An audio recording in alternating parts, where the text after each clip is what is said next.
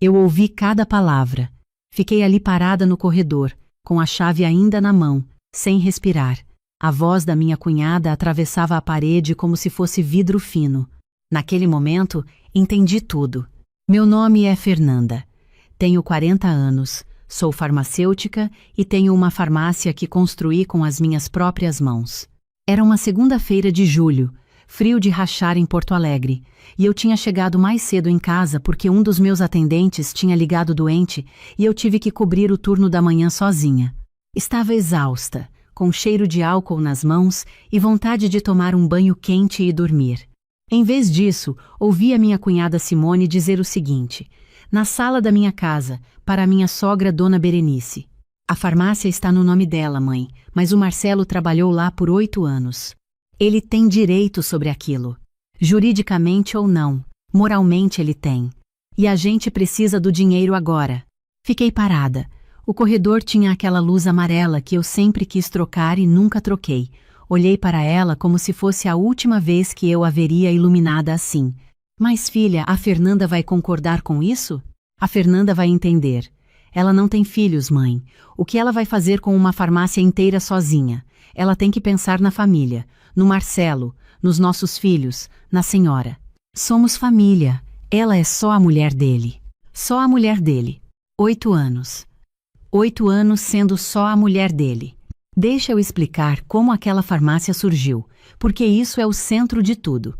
Eu me formei em farmácia aos 22 anos, em Santa Maria. Vim para Porto Alegre com uma mala e uma dívida de financiamento estudantil.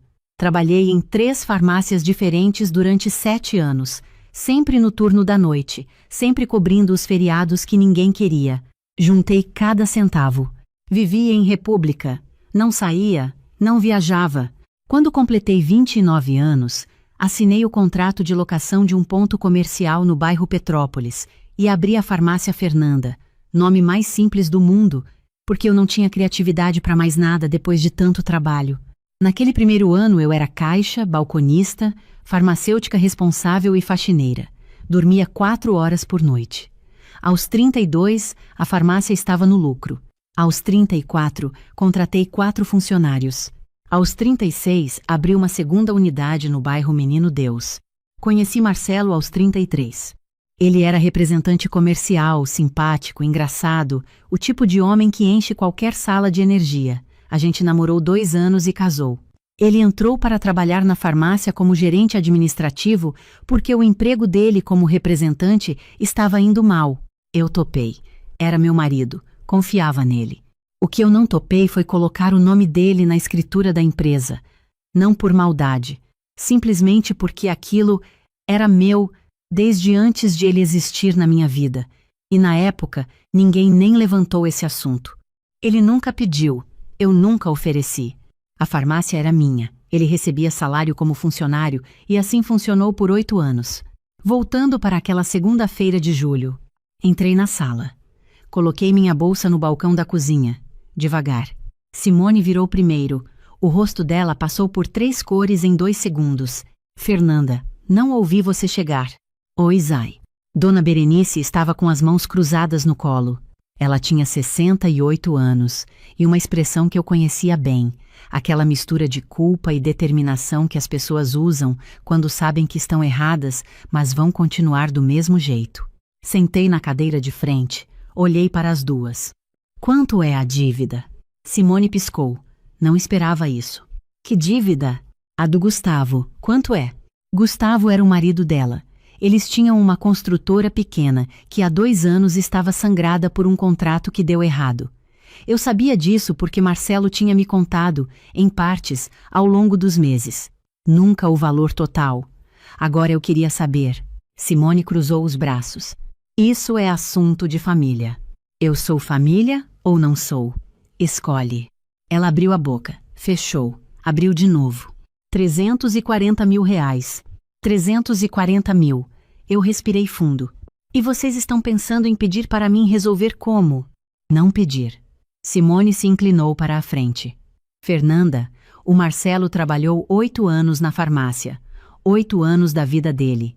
Ele ajudou aquilo a crescer. Juridicamente pode ser seu, mas moralmente aquela farmácia pertence a essa família também. Você poderia vender uma das unidades, usar parte do lucro, qualquer coisa, para pagar a dívida da construtora do Gustavo, para salvar a família. Dona Berenice suspirou. Fernanda, você é uma mulher tão capaz, tão inteligente. Sei que você vai fazer o que é certo. Fazer o que é certo. Como se o certo fosse óbvio, e eu é que estava sendo difícil. Dona Berenice, a senhora acha que eu devia fazer isso? Ela me olhou com aqueles olhos de mãe que a vida inteira me deixaram confusa, porque pareciam gentis, mas nunca estavam do meu lado.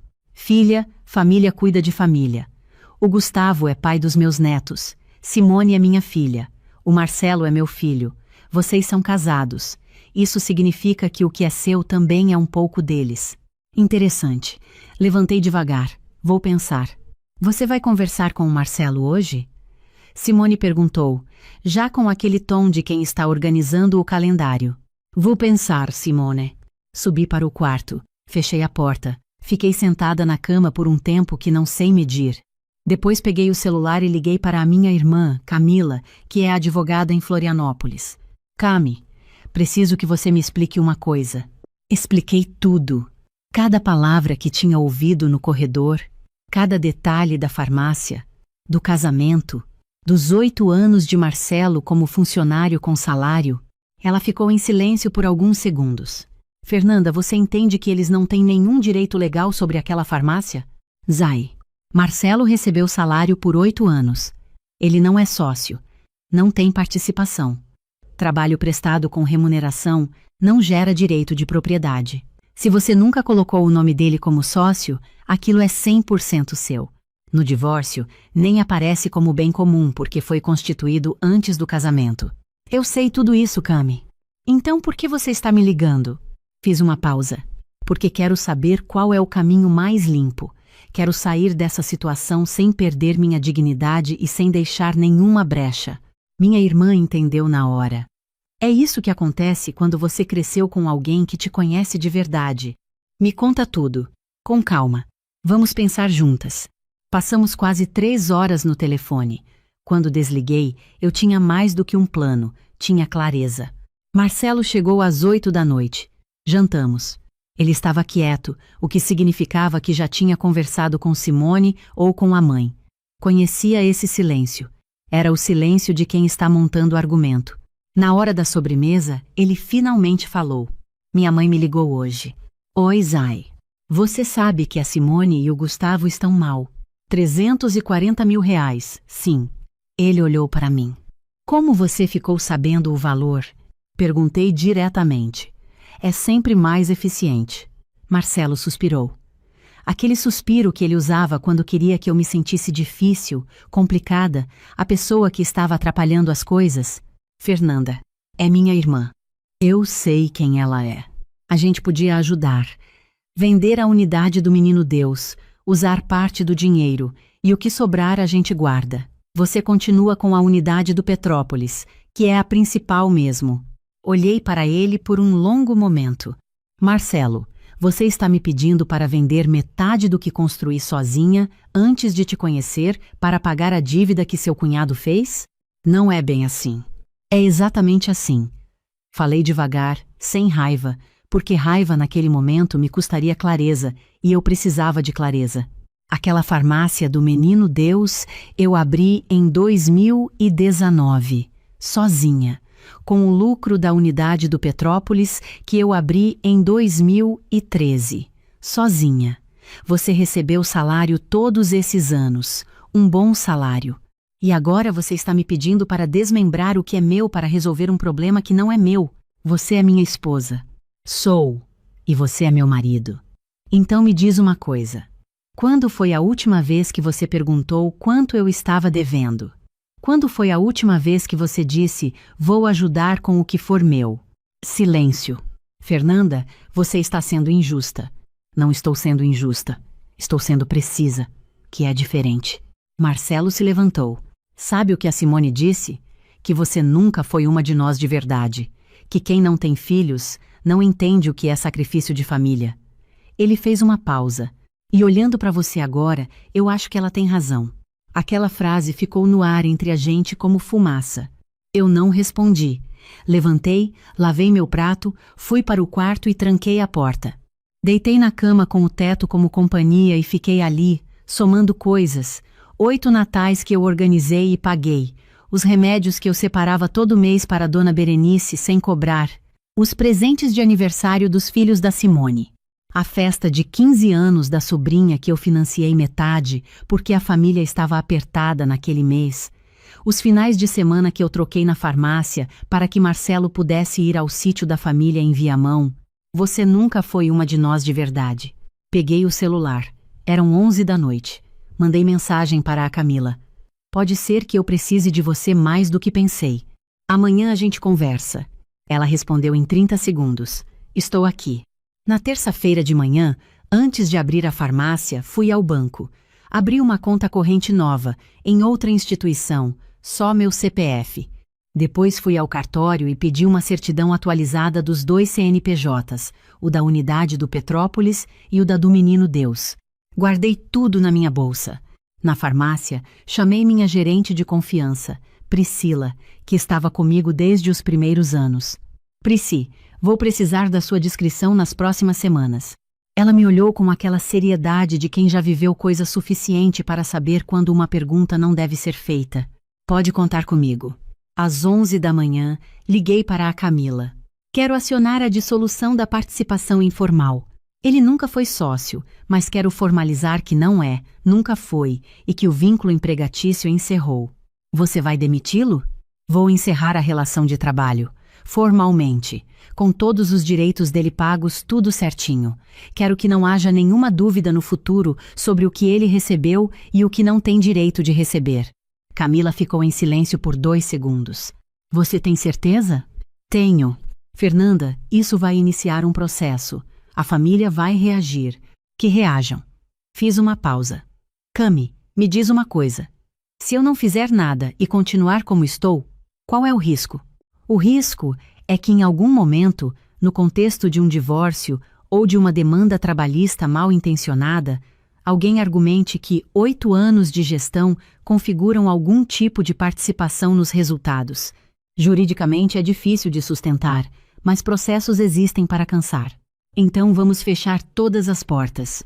Deixa eu preparar a documentação. Dá 3 dias. 3 dias. Certo. Voltei para casa naquela noite como se nada tivesse acontecido. Marcelo estava assistindo futebol. Eu aqueci minha comida, sentei à mesa sozinha, comi em silêncio. Ele não perguntou nada. Eu não ofereci nada. Na quinta-feira, recebi os documentos da Camila por e-mail. Li tudo 3 vezes. Assinei o que era necessário. Na sexta, Marcelo foi trabalhar na farmácia como sempre. Eu cheguei meia hora depois dele. Chamei ele na sala de reuniões. Aquela salinha nos fundos que eu tinha montado com 2 cadeiras e uma mesa pequena quando ainda sonhava em ter reuniões de expansão. Coloquei uma pasta na mesa. Senta, Marcelo. Ele sentou. Olhou para a pasta com cautela. O que é isso? São seus documentos de rescisão. Calculei tudo com um contador. Saldo de salário, férias proporcionais, 13º proporcional, FGTS com multa. Está tudo correto e depositado na sua conta. Ele ficou pálido. Ok. Você está sendo desligado da farmácia. Hoje é seu último dia. Fernanda. Vou precisar que você assine aqui embaixo, confirmando que recebeu todos os valores devidos e que não tem nenhuma pendência. Você está me demitindo? Estou encerrando o seu vínculo empregatício com a empresa. Sim. Marcelo se levantou, a cadeira raspou no chão. Você está fazendo isso por causa da Simone? Por causa do dinheiro que pedi? Estou fazendo isso porque é o momento certo. O momento certo? A voz dele subiu. Eu trabalhei aqui 8 anos, Fernanda. 8 anos da minha vida. E foi remunerado adequadamente por todos eles. A Camila preparou um resumo de cada contra-cheque dos últimos 8 anos, caso você queira conferir. Você é fria. Você é uma pessoa fria e calculista e eu não te conheço mais. Olhei para ele com calma.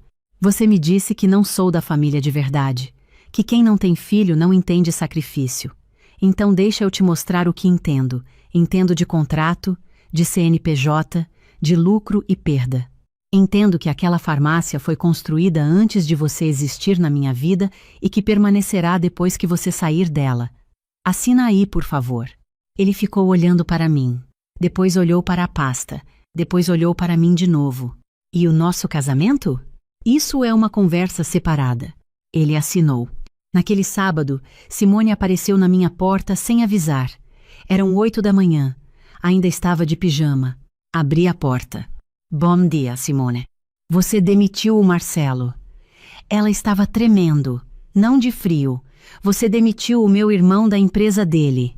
Da empresa dele, não. Da minha empresa. Você é uma víbora. Entre. Faz frio. Ela entrou porque não sabia o que fazer com aquela calma. Sentou na sala sem ser convidada. O Marcelo está destruído. Você entende o que fez? Entendo que paguei todas as verbas rescisórias corretamente e que ele pode usar esse tempo agora para buscar outro emprego ou montar algo próprio. Você fez isso de propósito, para punir a gente por ter pedido ajuda. Simone. Fui buscar água na cozinha, trouxe 2 copos, coloquei um na frente dela.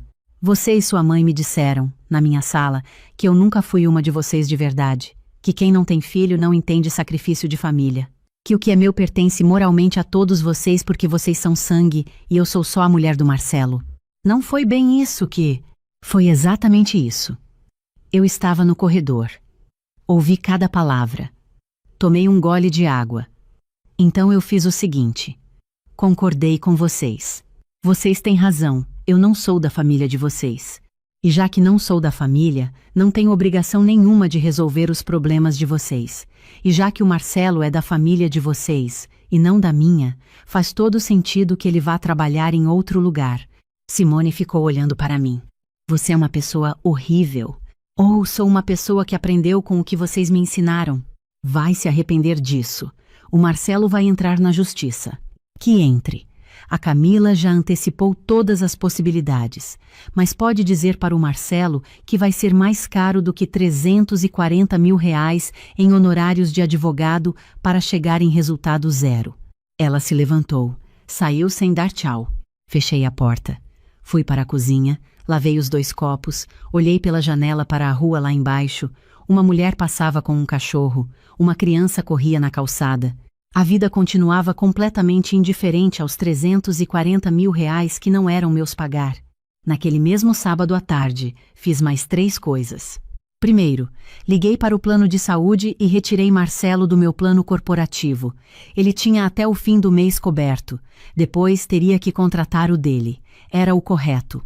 Segundo, liguei para o banco e removi o nome dele da conta conjunta que a gente tinha para despesas da casa. Transferi para a conta nova o equivalente à minha parte nas despesas dos próximos 3 meses, para não haver nenhum argumento de abandono financeiro.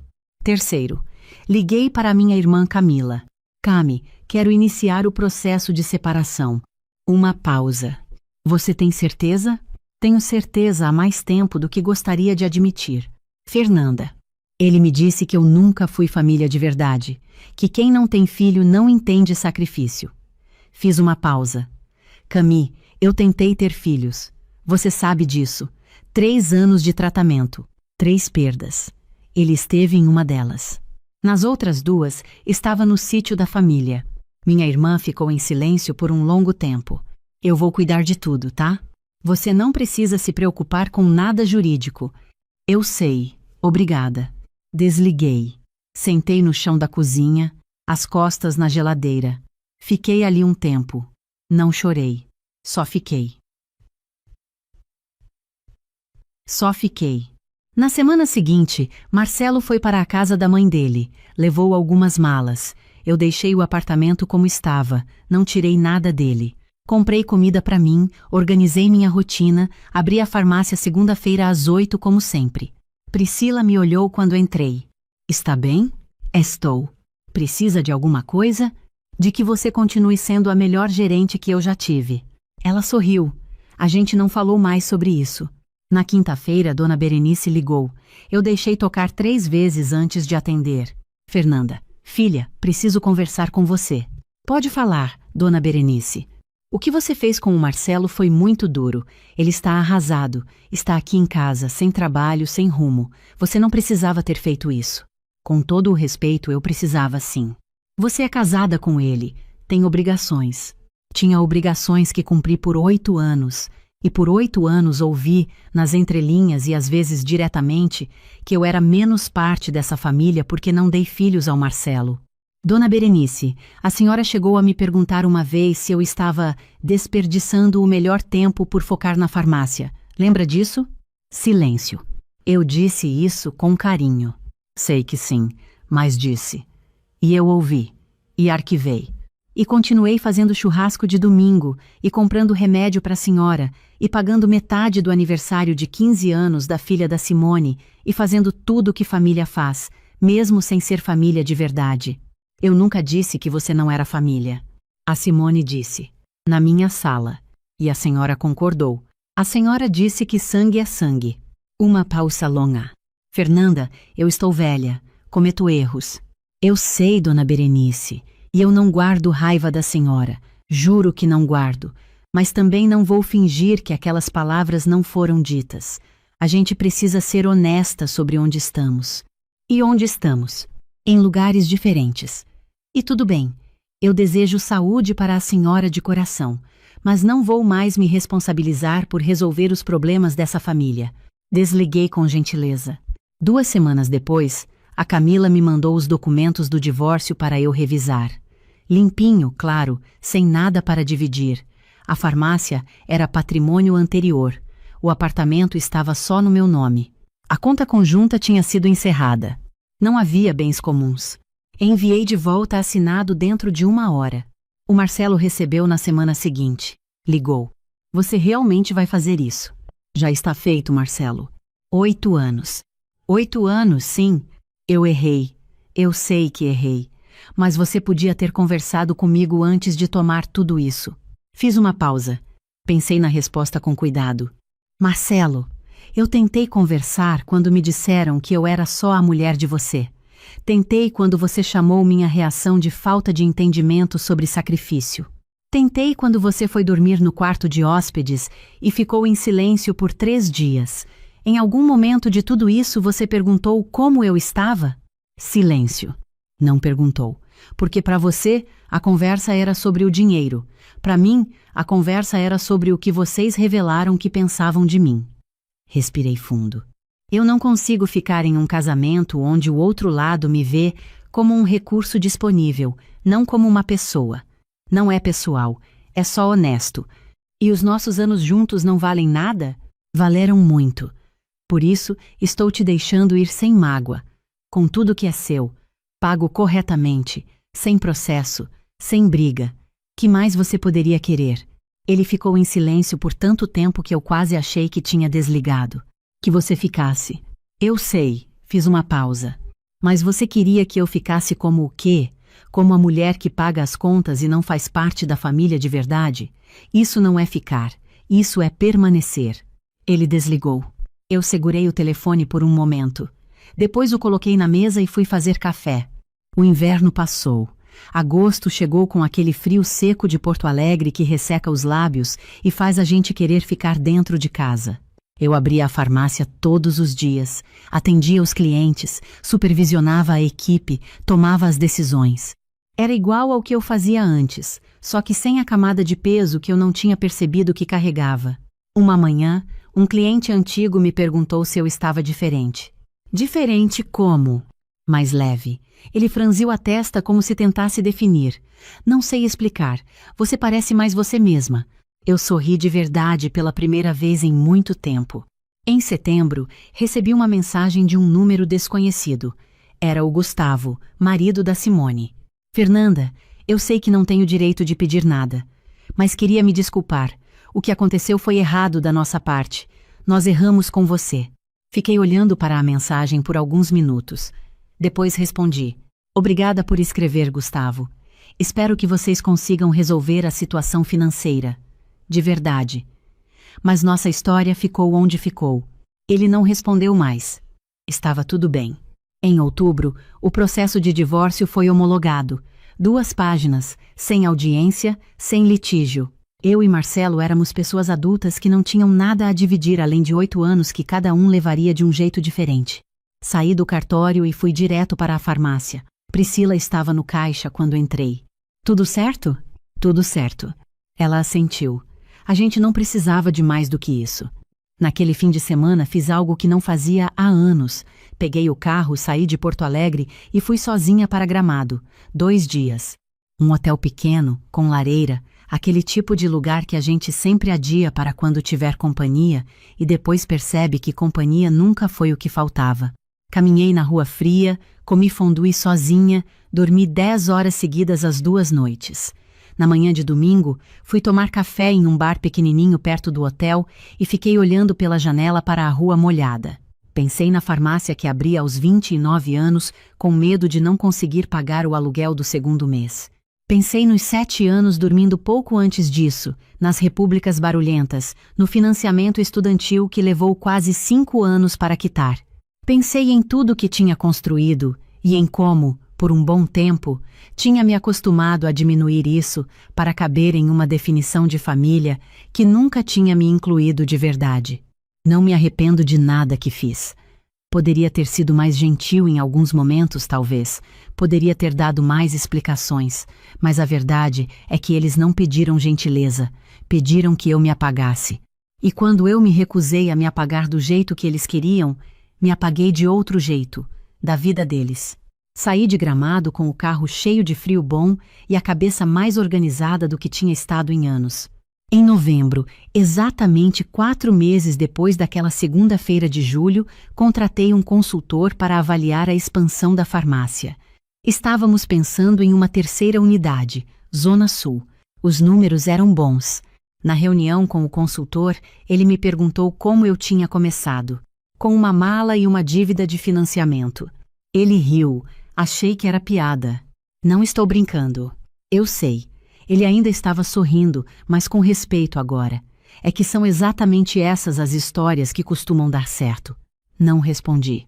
Só olhei para a planilha na minha frente, para os 2 CNPJs, para os números que representavam 19 anos de madrugadas, de finais de semana, de escolhas que em algum momento alguém achou que podia fazer por mim.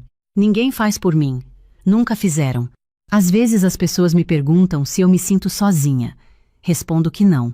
E é verdade. Solidão é diferente de solitude. Solidão é estar com a pessoa errada e se sentir invisível. Solitude é estar consigo mesma e se sentir inteira. Por muito tempo eu confundi as 2 coisas. Se eu pudesse voltar ao corredor daquela segunda-feira de julho, com a chave na mão e o frio de Porto Alegre na nuca, mudaria alguma coisa? Entraria na sala mais rápido, talvez? Ou ficaria escutando por mais tempo, só para ter certeza de que ouvia tudo. O resto, cada passo que dei depois, faria exatamente igual, porque aprendi que existem 2 tipos de família. O tipo que diz que você pertence enquanto for útil, e o tipo que não precisa dizer nada, porque simplesmente está lá, te vê de verdade, te quer sem contrapartida. Ainda estou construindo o segundo tipo. E estou fazendo isso com calma, com cuidado, no meu tempo, do jeito que sempre fiz tudo na vida. Tijolo por tijolo, centavo por centavo, sem pedir permissão para ninguém.